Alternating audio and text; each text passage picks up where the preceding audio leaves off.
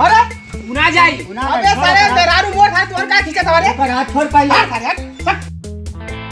चला उना जाई सारे, चला उना जाई। अरे सारे हमने पुराने के बीच में तू सारे कौन बोल थारे बोला जाए हमने भाई नहीं है हां हमारे मेरारू है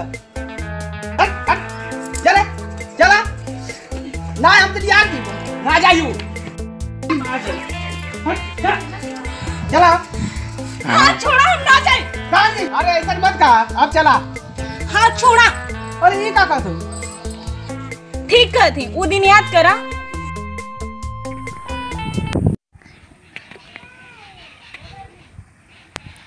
ली जी चाय पी ली। रख दा पिया थई पी ले ना तो ठंडी हो जाए।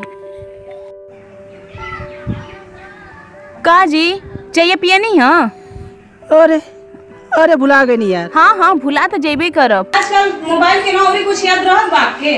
अरे चिल्ला मत ठीक है ना बड़ा जरूरी काम कर दे। जाना थी कौन जरूरी काम करत रहला। दिन भर यूट्यूब फेसबुक व्हाट्सएप ये सब तो करे के तो के ठीक बा तो मोबाइल स्कूल जरूरी काम करी और क्यों तो जरूरी बा ना। ठीक है जा ना पियो।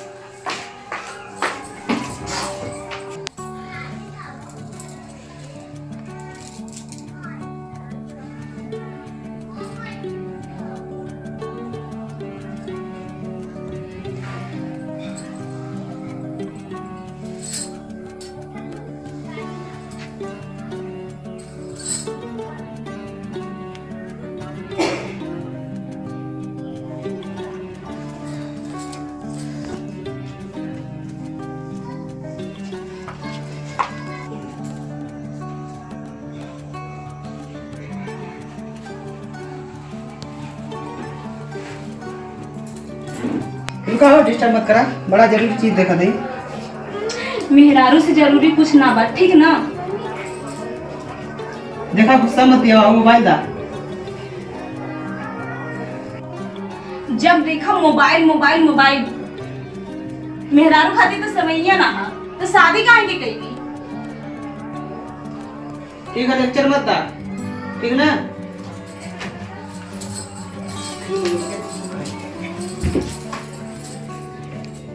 ना देखो ना ना दे।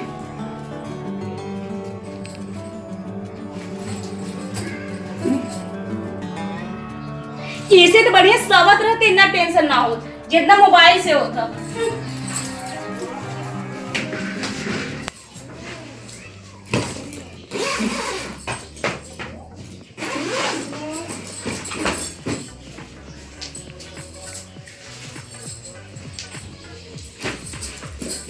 ठीक है जी कुछ ना जी नैहर जाते हैं। नैहर जा गई हाँ ठीक है। तू अच्छी तरीके से जानता कि काहे जब तुम्हारे पास हमारे खातिर समय ही ना है तो हम कहीं खाना बनाए बैठ के खाली।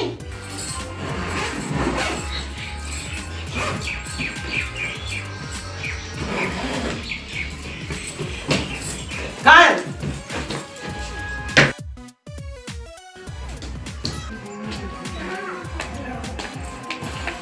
अरे तू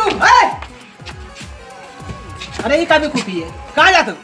बेवकूफी ना बुद्धमानी है। जब तो कि मोबाइल से समय मिल जाए ना तो आज ही लाए चली आए ना जा। लेकिन ये बेला में ना रुका।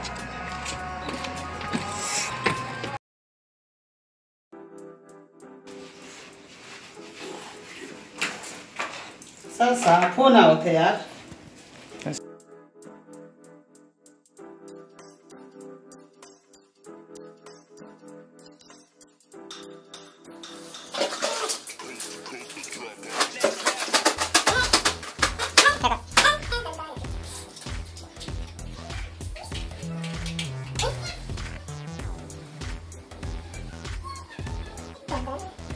बता मत अपने साथ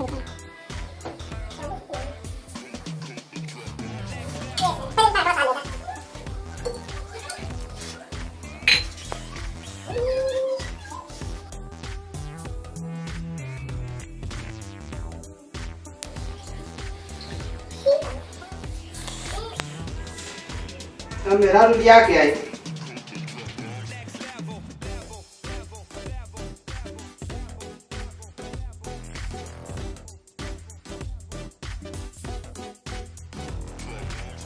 अब चलो थी मेहरारू के लिए आके आई, बिना मेहरारू काम ना चली।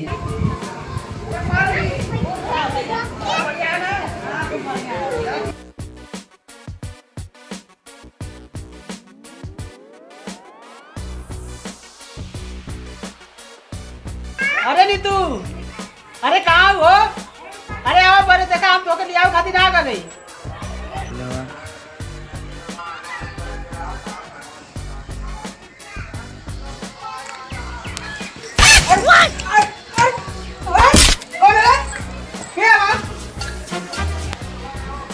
तू करता बनवले वा खटिया बैठे लाग। हां अरे सारे सही से बोल ले।